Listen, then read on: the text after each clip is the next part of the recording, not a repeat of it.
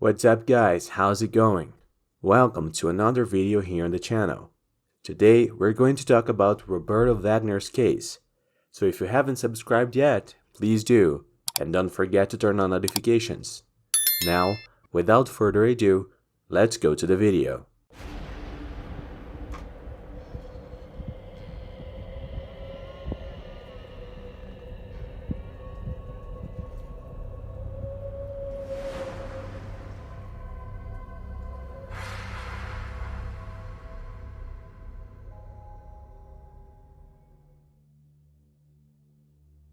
Roberto Wagner Fernandes was born in 1965 in the city of Londrina, in the state of Paraná, a Brazilian state. I didn't find much information about his childhood and adolescence, but what is known is that since he was very young, he wanted to be an airplane pilot. After graduating from high school, Roberto pursued his goal, getting his pilot's license and later a job in the field. According to some of his co-workers, he was a quiet and peaceful man. Later, in the 80s, Roberto met Danielle Amaral Bolsas. The two started dating, and in 1989 they got married. Due to the marriage, Danielle acquired Roberto's surname and became known as Danielle Bolsas Fernandes. Danielle was the daughter of merchants, and in 1985, at the age of 16, she had already graduated from a teaching course in Londrina and was working as a teacher. Later, she took the entrance exam for the State University of Londrina, where she graduated in literature. After graduating, Danielle started teaching Portuguese at two municipal schools in the city. It is said that she was a caring teacher and adored by her students. Her marriage to Roberto seemed to be going well, and in the eyes of others, the relationship between the two was normal. In 1991, 2 years after their marriage, Danielle became pregnant and gave birth to a baby girl. The pregnancy, however, ended up aggravating a kidney problem she had. Due to this, her health became fragile, and her teaching routine became heavy. She was then transferred to work at a public library, where she began to perform a function that didn't demand much from her. Roberto and Danielle lived in an apartment in the Regina Isabel building, located in downtown Londrina. This apartment was the scene of a crime that shocked the residents of the building. In the early hours of November 18, 1996, the couple's neighbors heard gunshots coming from their apartment. The building's doorman was quickly notified. The man then went towards the elevator to go up to the place and find out what was going on. But as soon as he approached the elevator, he ran into Roberto, who was coming down. According to the doorman, Roberto had his 5-year-old daughter on his arms and seemed to be in a hurry. Roberto asked the doorman to open the building's garage door, and then fled the scene in a black Toyota Paseo vehicle, taking his daughter with him. After that, the doorman went towards the elevator and went up to the apartment where the neighbors said they heard the shots. Upon reaching the floor where their apartment is located, the doorman met one of the couple's neighbors. The two, upon realizing that the apartment door was unlocked, decided to enter. Inside the apartment, they went to the couple's bedroom. The door was closed, and there was blood on the doorknob. At that moment, they felt that something was very wrong, and when they entered the room, they found Danielle lying on the floor. The woman was badly injured. She had been shot twice, once in the abdomen and the other in the chest area. The doorman, along with the neighbor, called for help. Roberto's mother arrived at the scene and tried to help Danielle. A few minutes later, help arrived. They did their best to save Danielle, but unfortunately, she couldn't resist her injuries, passing away at 1:50 a.m. As it was a crime, experts had to seal the apartment. In a sweep of the site, they found a Taurus .380 pistol, 2 empty liquor bottles, and bloody sheets. When checking the origin of the weapon, they discovered that it had no registration. The delegate responsible for the case at the time said that there were signs of physical struggle at the crime scene, as there were several fallen objects and overturned furniture, in addition to having blood spatter and stains in some rooms of the apartment. A neighbor who lived in the apartment on the top floor of the couple's apartment said during testimony that she felt a vibration on the wall. as if someone had thrown an object at one of the neighboring apartments. She reported that she went to the window and saw several people from the neighboring buildings looking towards her building. At that moment, she said she smelled a strong smell of alcohol and then heard Danielle screaming for her husband, who would have told her to calm down. After that, she still heard Danielle call 2 more names before being shot. Other neighbors even gave testimony to the police. They said that the couple appeared to have a normal relationship and that they never imagined that something like that would happen there. Danielle was described by neighbors as a nice woman who cared a lot for her daughter. Roberto was described as a polite and quiet man above suspicion. On the afternoon of November 21, 1996, 3 days after the crime, Roberto Fernandes showed up at the police station accompanied by his lawyer. In his testimony, he claimed that he was lying in the bedroom when Danielle came in armed with a pistol and threatened to kill him. He said that the two began to argue. Later they got into a physical fight, and he managed to get the gun out of his wife's hand by firing 6 shots in a row, 2 of which hit her. He also said he acted in self-defense, and that the reason for the fight was due to a call from a prostitute named Solange, who demanded money from him from a meeting that took place on September 27th.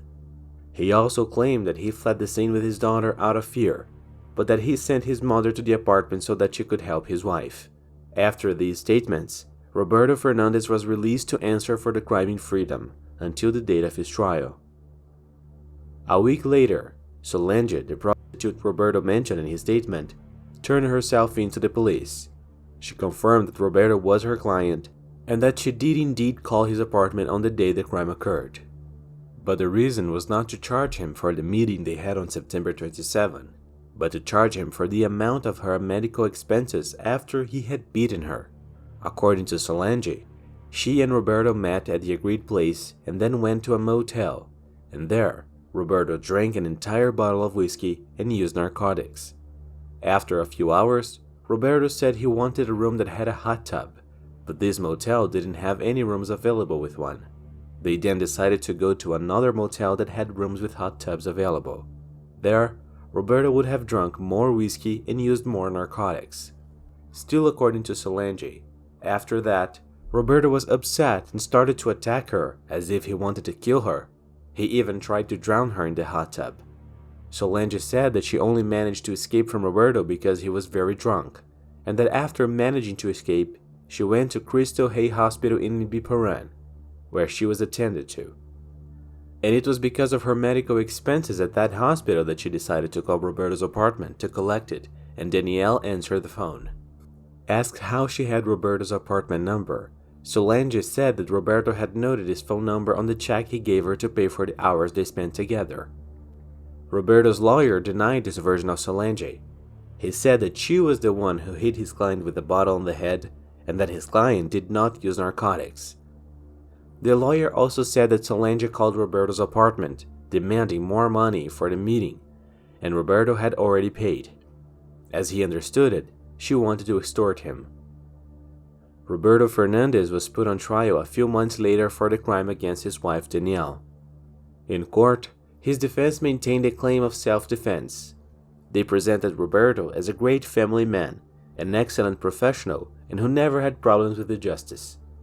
The testimony of Solange, the prostitute who went out with Roberto in September 1996, was of no relevance to the court. After a few hours of deliberation, Roberto's defense managed to convince the jury court that he acted in self-defense. In this way, Roberto was cleared and was released. Danielle's family was outraged by the outcome of the trial, so they decided to hire a gunman to finish off Roberto. But somehow, and I haven't found how, Roberto managed to escape the ambush that this gunslinger set for him. And after escaping from this ambush, Roberto, very afraid, fled to the United States because he knew that if he stayed in Brazil, sooner or later someone would put an end to him. Almost at the same time that Roberto fled, Danielle was honored by the City Hall of Londrina for her services as a teacher in the municipality. Today, there is a street named after her, Danielle Bolses Fernandes, located in the Tropical Garden neighborhood in Londrina. In the United States, Roberto settled in the city of Miami in the state of Florida. and it was there that he committed his serial crimes that left the population scared and the authorities without answers for more than 20 years. In Miami, Roberto started to work as a tourist driver and flight attendant. He didn't lack for anything. He had a good job with a good salary, a nice house, and he was in one of the most beautiful places in the world. However, all this was not enough for Roberto, and his desire went beyond material goods. What he really wanted was blood. On June 22, 2000, the body of Kimberly Deeds Livesey was found in a suitcase in Cooper City, Florida. She was a 35-year-old prostitute, and the police concluded that she was beaten to death. On August 9 of the same year, the body of Sia Damas was found inside a large backpack in the city of Dania Beach, Florida. Sia was 21 years old. She was also a prostitute and was also beaten to death. Florida police soon realized that the two crimes were linked and that they were dealing with a serial offender. At first, detectives thought the crimes were committed by another serial killer they were after. But after collecting DNA samples and fingerprints from the crime scenes, they saw that it was not the same person, and the samples and the fingerprints were not compatible. Detectives then decided to compare the DNA and fingerprints found to thousands of DNAs and fingerprints that were in the police database, but all came back negative. This meant that the criminal had never been arrested or involved in any crime in the United States. Detectives were out of options. There were no security camera footage, let alone witnesses who could help them, so they had to wait until a new evidence emerged. On August 3, 2001, Jessica Good's body was found floating in Biscayne Bay, Florida. She was 25 years old, and like the other victims, she was also a prostitute. Her cause of death, however, was different from the other victims. According to the police report at the time, there were numerous puncture wounds on her body caused by a sharp-bladed object, probably a knife. One thing the police noticed was that in addition to the three victims being prostitutes, they were also drug addicts. For them, they were in this life precisely to sustain their addiction. Detectives quickly made their way to Jessica's boyfriend, the latest and most recent victim found. The man said that the night she disappeared, she warned him that she was going to meet a white Latino man. Shortly after this crime, Roberto Fernandes returned to Brazil, which made it difficult for the American authorities to reach him. Some sources claim that he was already considered a suspect by the police, and he returned to Brazil precisely to escape. The Florida police already had his DNA and fingerprints taken from the crime scenes, so if they caught him and did a background check, he would be arrested immediately. In Brazil, between the years of 2001 to 2005, Roberto Fernandes continued with his crimes. It is not known whether he took someone's life during this period, but countless women went to the police stations in different regions and denounced him for abuse and aggression. Well, due to Roberto's history, it is very likely that he had fatal victims in Brazil during this period. If he was able to do this in the United States, whose laws are stricter, imagine what he was able to do in Brazil, whose laws are more lenient. Even more so for the fact that he got rid of the crime in which he killed his own wife, claiming self-defense. Another thing we must take into account is that the women Roberto chose to be his victims were all prostitutes, who in the eyes of many in society are invisible people whose lives have no value. Roberto was smart, and knowing that he profiled victims that he could do whatever he wanted without being bothered for a long time. Taking these factors into account, it is possible to say that Roberto did indeed take the lives of other women in Brazil. But for this to be confirmed, a survey of women missing or found dead between the years of 2001 and 2005 in the region where Roberto was living would have to be carried out. I believe that if the police investigate, it is very likely that they would be able to link Roberto to other crimes.